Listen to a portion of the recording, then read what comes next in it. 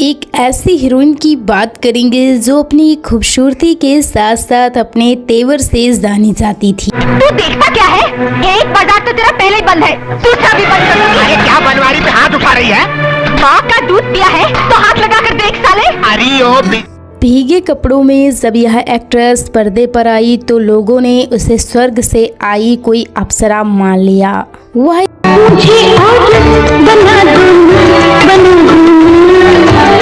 इतनी खूबसूरत थी कि स्कूल के ही दिनों में बड़े बड़े डायरेक्टर और एक्टर उन्हें अपनी फिल्मों में लेने के लिए उसके स्कूल के चक्कर लगाने लगे थे।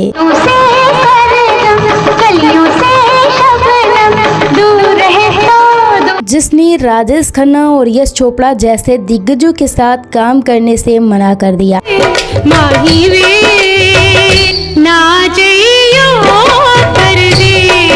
अपने पति से बदला लेने के लिए दूसरे मर्दों से संबंध बनाए। यही कि तुमने मुझसे बेवफाई की है। हमसे वफा की उम्मीद? हम नहीं जानते वफा क्या है। और फिर उन्हें उसकी लत लग गई। आखिर कौन थी वह हीरोइन और क्या रही उसकी विवादित कहानी, जानेंगे इस वीडियो में।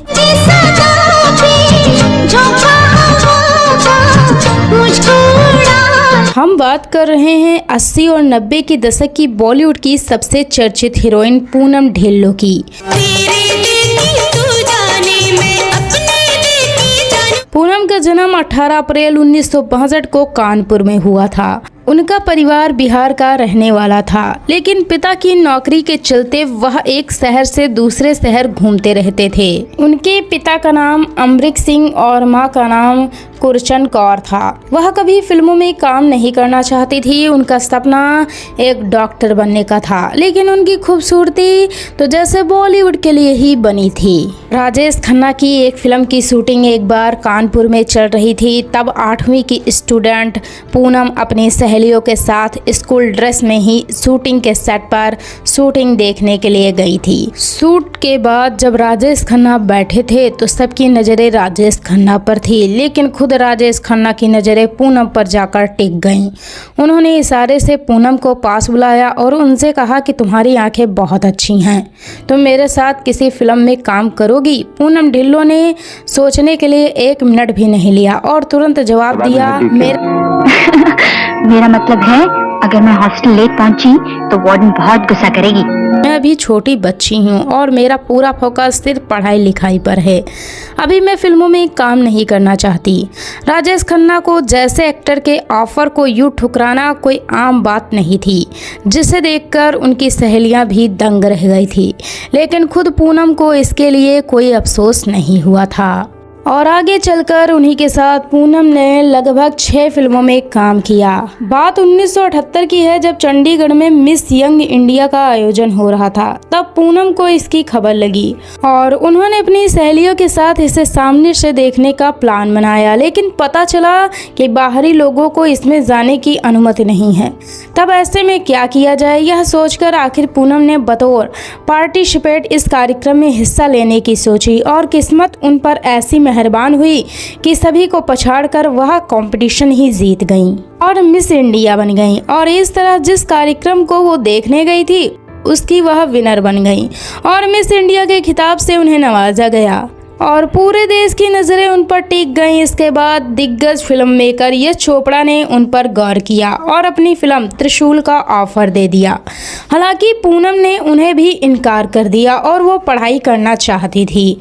उन्होंने कहा कि वो फिल्मों में काम नहीं करना चाहती, लेकिन यश चोपड़ा तो मानो उनके पीछे ही पड़ गए थे। वो लगातार कोशिश करते रहे जब तक पूनम नहीं मान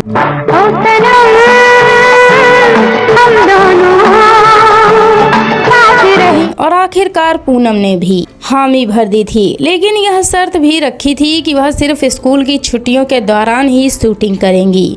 इसी तरह पहली फिल्म में पूनम ने अपने नामी स्टार शशि कपूर और अमिताभ बच्चन जैसे दिग्गजों के साथ अपने अभिनय करियर की शुरुआत की थी। यह फिल्म बड़ी हिट हुई, लेकिन बड़े बड़े सुपरस्टार को ही इसका क्रेडिट मिला और पूनम पर किसी ने कुछ खास ध्यान नहीं दिया। लेकिन उन्हें अगली फिल्म का ऑफर मिला जिसका नाम था नूरी और इसने उन्हें रातों रात सबकी नजरों में ला चोरी कोई आए चुपके चुपके तब से छुपके नूरी फिल्म पूनम ढिल्लों की दूसरी ही फिल्म थी।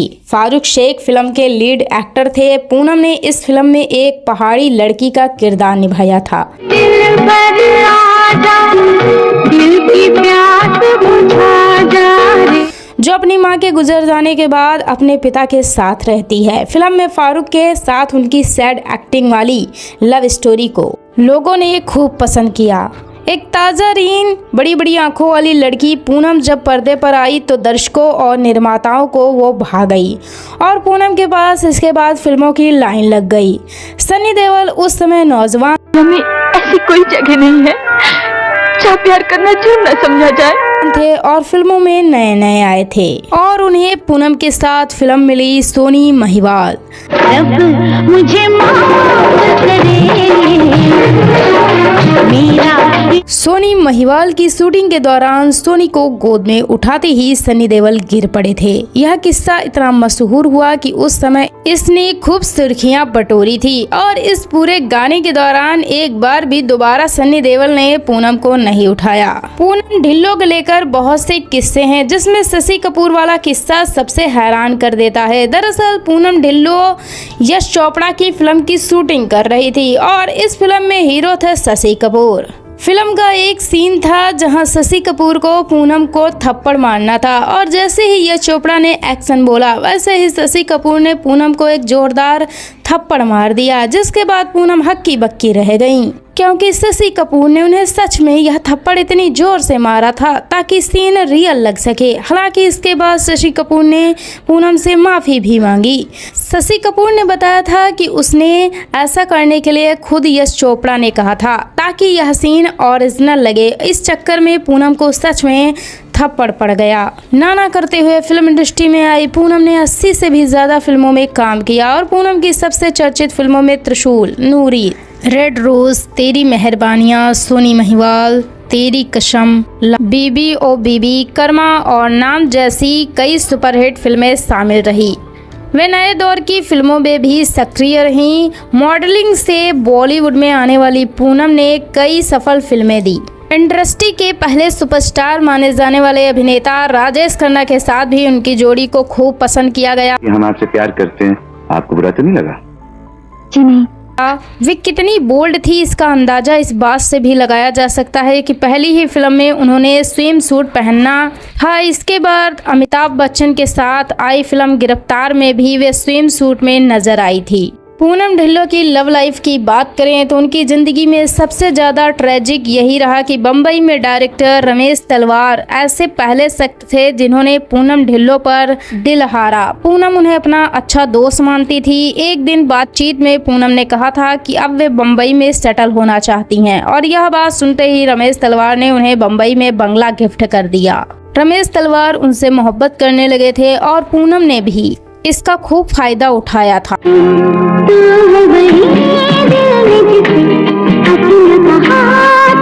तलवार उनकी मदद करते गए और पूनम उनकी मदद लेती गईं और एक के बाद एक सीढ़ियां चढ़ती गईं और जब वो बम्बई में सफल हो गईं और अच्छे से रहने लगी तो उन्होंने तलवार की। यश चोपड़ा पूनम पर दिल हार चुके थे। पूनम के लिए उनमें एक अलग ही जुनून था। जिस शिद्दत से यश चोपड़ा ने उन्हें बॉलीवुड में स्थापित किया और उसे लगातार बढ़ाने की कोशिश की, उस आधार पर यश और पूनम के बीच की मोहब्बत की भी बातें आम हो गई। पूनम ने यश चोपड़ा का भी खूब फायदा उठाया और धड़ल्ले से फिल्मों में काम करती चली गई। कि हम तो इन्हीं से प्यार करते हैं। वह अच्छे से जानती थी कि यश चोपड़ा उन्हें चाहते हैं, इसलिए उनकी फिल्मों में वह पहली पसंद होती थी। जब पूनम बड़ी एक्ट्रेस बन गई तो उन्होंने इस चोपड़ा से भी मुंह फेर लिया और इस तरह कई लोगों का इस्तेमाल करने के बाद अपनी बुलंदियों की सीढ़ियां चढ़ने वाली पूनम को जब खुद किसी शख्स से प्यार हुआ। मैं तुम्हारे हाथ जोड़ती हूँ, कह दो मैं तुम्हें अच्छी नहीं लगी। मैंने किसी को वचन दिया है, मैं उसका इंतजार करूंगी, तेरे भी उसी के साथ लूंगी। यहाँ मेरी सुनने वाला कोई नहीं है। सिर्फ तुम ही मुझे बचा सकते हो। तो उसे धोखा ही मिला। पूनम ने खुद जिस शख्स को चाहा वो पहले इंसान थे राज सिप्पी। पूनम का जिस पर दिल आया वो पहले से शादीशुदा थे, फिर भी पूनम ने राज सिप्पी से रिश्ता जोड़ा और खूब सुर्खियां भी बटोरी। लेकिन राज ने अपने परिवार को छोड़ने से बेहतर पूनम को ही छोड़ना समझा और इस तरह सबका फायदा उठाने वाली पूनम का भी फायदा उठा लिया गया।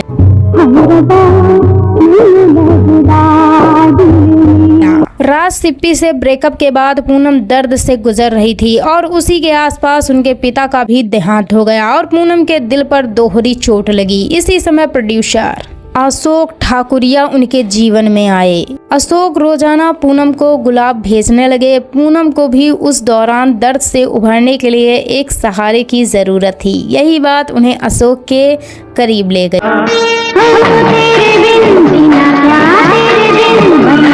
और दोनों ने 1988 में शादी कर ली।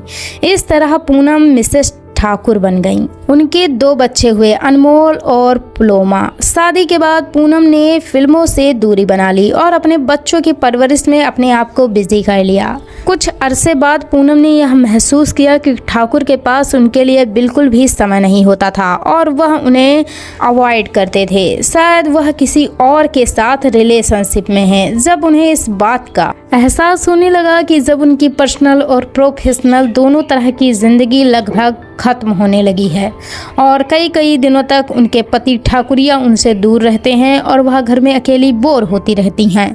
और जब उनसे इस बात का सबूत मिल गया कि उनके पति दूसरी औरत के साथ रिलेशनशिप में हैं, तो उन्हें बहुत बड़ा धक्का लगा, क्योंकि उन्होंने अपनी शादीशुदा जिंदगी के लिए अपना सब कुछ दांव पर लगा दिया। मोहब्बत का ताल्लुक सर से नहीं दिल से है बड़े सरकार, और दिल में उनके मोहब्बत के फूल खिले हुए हैं। था तन से और पूरे मन से अपनी शादीशुदा जिंदगी को निभाया था और जब उन्हें अपने पति से धोखा मिला तो चुप बैठने की बजाय पूनम ने दूसरा ही तरीका अपनाया। उन्होंने अपने पति को सबक सिखाने के लिए वह खुद भी एक्स्ट्रा मैरिटल रिलेशनशिप में आ गईं। हांगकांग बेस्ड एक व्यवसायी के साथ उन्होंने अपने अफेयर की चर्चाएं उड़ाई और सिर्फ अपने पति को सबक सिखाने के लिए उन्होंने दूसरे मर्द के साथ संबंध बनाए और उसके सबूत भी अपने पति को भेज दिया, जिसके बाद ठाकुर को ये सब बर्दाश्त नहीं हुआ और दोनों के रिश्ते में दरार पड़ गई और आखिर दोनों के बीच तलाक भी हो गया। हालांकि पूनम ने यह सब इसलिए किया था ताकि उनके पति सही रास्ते पर आ जाएं, लेकिन अपने पति को सही रास्ते पर लाने के चक्कर में वह यह भूल गईं कि वह खुद क्या कर रही हैं। मैं उन बेवकूफ लड़कियों में से नहीं हूँ जो शादी का मतलब सिर्फ पति की सेवा करना और बच्चे पैदा करना समझे। मैं एक नए जमाने की लड़की हूँ, जिंदगी एंजॉय करना चाहती हूँ। मैं एक आजाद पंछी की तरह कभी इस डाल पर कभी उस डाल पर बैठकर जिंदगी का मजा लेना चाहती हूँ। उन्होंने सिर्फ अपने पति को सबक सिखाने के लिए दूसरे मर्दों के साथ संबंध बनाए और अपने ही पति से यह आशा की शायद यह देखकर उनके पति वापस लौट आएंगे, लेकिन इतना बेवकूफ तो शायद ही कोई पति होगा। आखिर में ठाकुर ने उन्हें तलाक दे दिया और दोनों बच्चों को लेकर पूनम अशोक ठाकुरिया से अलग हो गईं। बॉलीवुड में हीरोइनों के लिए वैनिटी वैन की कमी हमेशा से परेशान करती रही। आउटडोर शूटिंग के दौरान उन्हें कई बार कपड़ों को बदलने के लिए पेड़ के पीछे जाना पड़ता था। उस समय बॉलीवुड में हीरोइनों की हालत इतनी बुरी थी कि आउटडोर में शूटिंग करते समय उन्हें अपने कपड़े बदलने तक के लिए कई तरह की परेशानियां झेलनी पड़ती थी। वो या तो किसी पेड़ के पीछे जाकर कपड़े बदलती थी या फिर झाड़ियों में। लेकिन पूनम ढिल्लो वो पहली हीरोइन बनी जिसने वैनिटी वैन की शुरुआत की और इसे बिजनेस के तौर पर शुरू किया। पूनम की वैनिटी वैन को लोगों ने हाथों हाथ लिया और उसका आइडिया सफल हुआ। इसके बाद हीरो और हीरोइन सभी वैनिटी वैन का इस्तेमाल करने लगे और आज एक एक एक्टर की 6 वैनिटी वैन होती हैं। पति से अलग होने के बाद पूनम ने अभिनय में वापसी भी की थी। उन्होंने रंगमंच में भी अपने अभिनय से लोगों को प्रभावित किया था। नाटक द परफेक्ट हस्बैंड ने भी 2005 में सबसे बेस्ट कॉमेडी प्ले का अवार्ड जीता था और गोल्डन जुबली भी बनाई थी। इसके बाद उन्होंने the perfect wife, U turn जैसी चर्चित नाटकों में भी काम किया। उन्होंने छोटे पर्दे पर भी एंट्री की, जहां उनका पहला सीरियल था अंदाज। वह बिग बॉस में भी नजर आईं। फिल्म जुदाई से उन्होंने फिल्मों में वापसी की और साल 2004 में वह भारतीय जनता पार्टी में शामिल हो गईं और 2019 में उन्हें पार्टी का बम्बई का उपाध्यक्ष भी चुना गया।